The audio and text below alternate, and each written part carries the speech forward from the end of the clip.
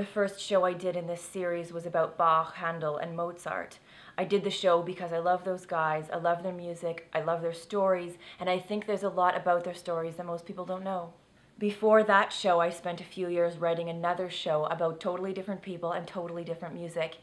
And then at some point I realized that it wasn't the right time for that show, so I set it aside completely and started all over again. It was very humbling. A show on Paris had been on my mind for a while. There was a time in which the flute in France went through a lot of advancements, and many composers were writing new music for the instrument. But that alone really wasn't enough to create a good show, I felt. I needed some kind of a story, historically, culturally, and that's something that this time and this place in history have, without a doubt. The story is that the Prussian army, the most powerful army in all of Europe, invaded and attacked the heck out of Paris.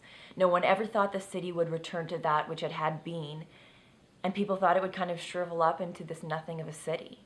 And then, much to everyone's surprise, Paris quickly recovered and then continued to blossom into a city that far exceeded anyone's expectations. So many things that we associate with Paris come from this 30-year period. The Eiffel Tower, the building of the Statue of Liberty, the Moulin Rouge, Impressionism in art, the Barret, and so much more. And with all of that history, I thought there must be some fascinating stories about the music makers of the time. I did a little bit of research, and the stories blew my mind.